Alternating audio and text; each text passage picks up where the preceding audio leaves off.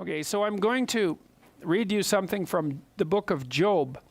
And this is God harassing Job. So I don't know if you know the story of Job, but it's a very interesting story. And basically what happens with Job is that God and the devil have a bet, which seems a little, on the unreasonable side for God, but he gets to do whatever he wants.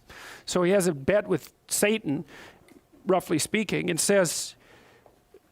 he says, well, Job, he tells Satan that Job is a good guy and that he's faithful to God. And Satan says, yeah, let me at him for a while. I bet you we can do something about that. And God says, roughly speaking, no, you can torture him all you want. He's going to stay faithful. And Satan says, well, we'll have a bet on that. And so God hands him over. And what happens to Job? It's like everything terrible that you can imagine then happens to Job, right?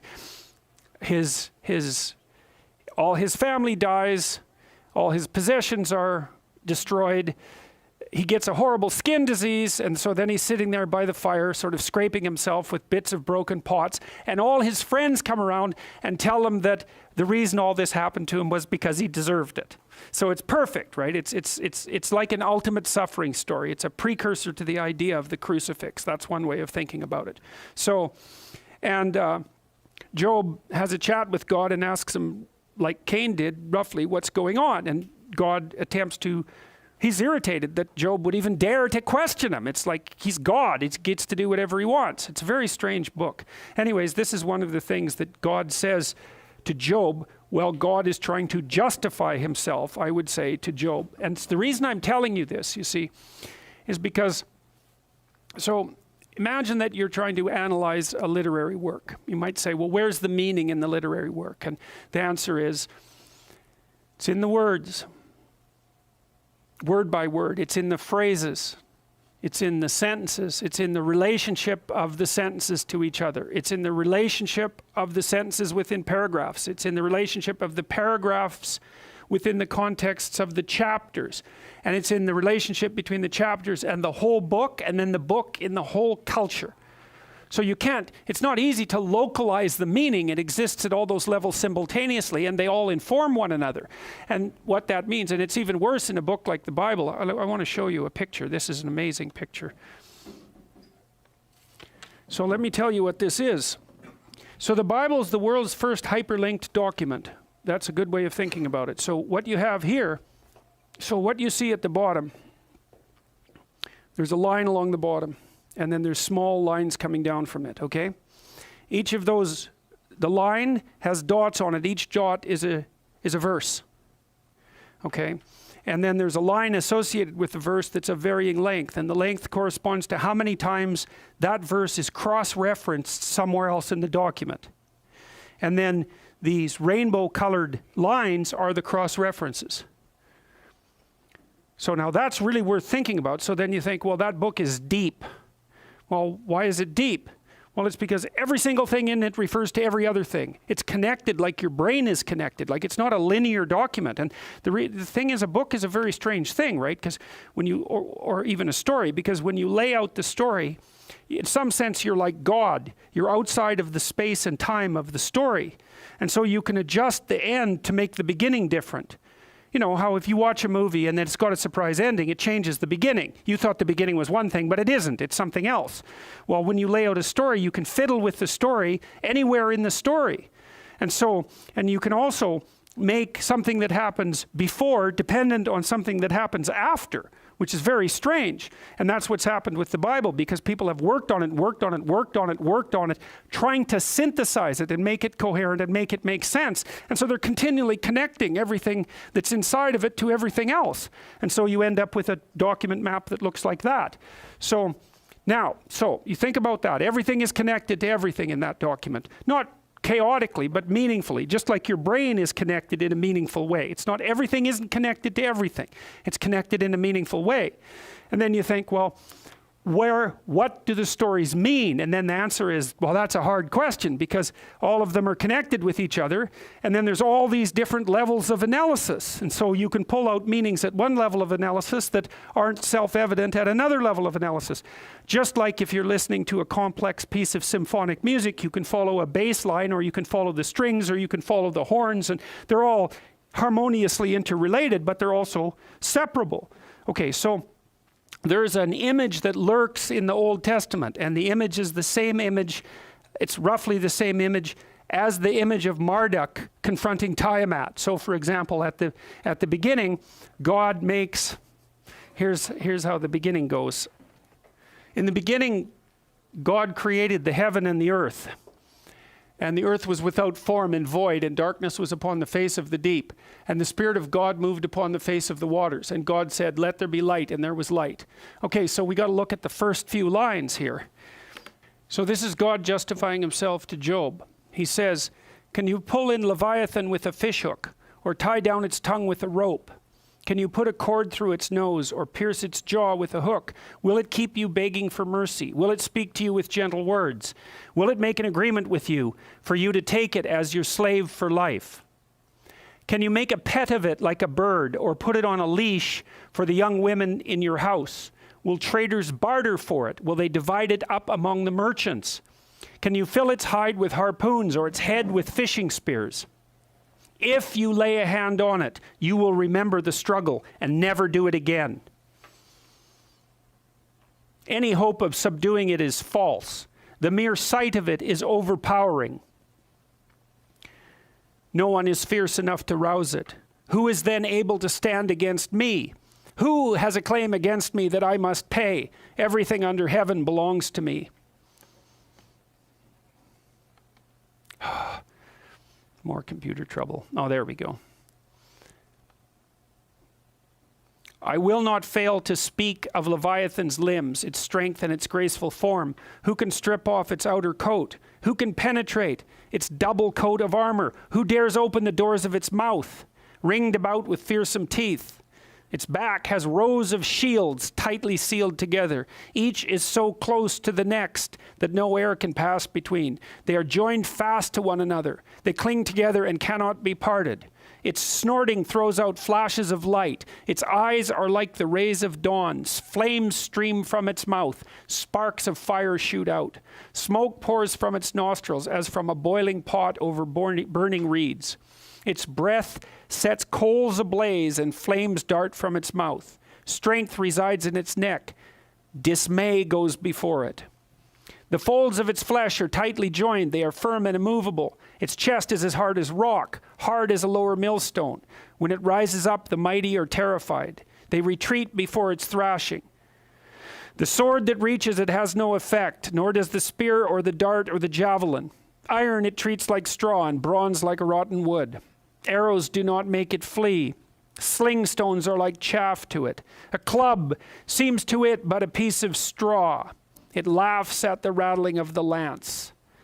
Its undersides are jagged potsherds, leaving a trail in the mud like a threshing sledge. It makes the depths churn like a boiling cauldron and stees up the sea like a pot of ointment. It leaves a glistening wake behind it. One would think the deep had white hair. Nothing on earth is its equal, a creature without fear. It looks down on all that are haughty and is king over all that are proud. Well, so what's God doing? He's describing what he defeated in order to create the world. That's Marduk and Tiamat. Okay, so that's one reference like that. All right, so now another reference like that. This is from Psalms 74.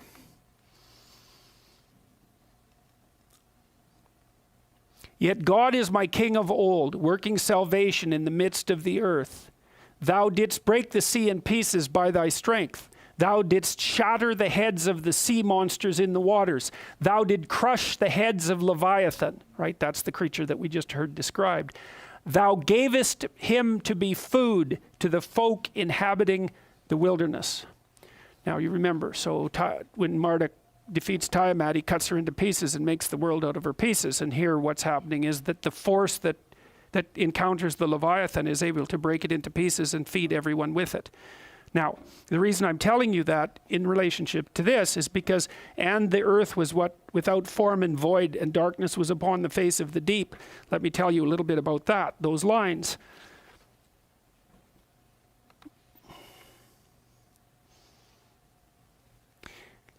Before God begins to create, the world is tohu wabohu.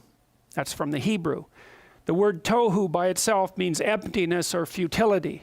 So there's a psychological element to that, eh? And that emptiness or futility in some sense is what you confront when you're trying to extract your life from the world.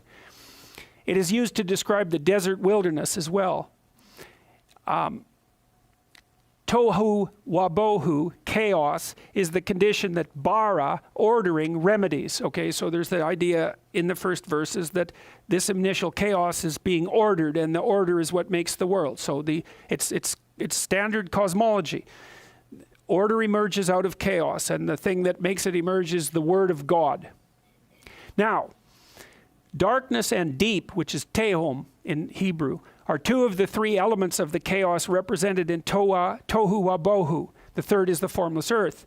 In the Enuma Elish, the deep is personified as the goddess Tiamat, the enemy of Marduk. Here it is the formless body of primeval water surrounding the habitable world.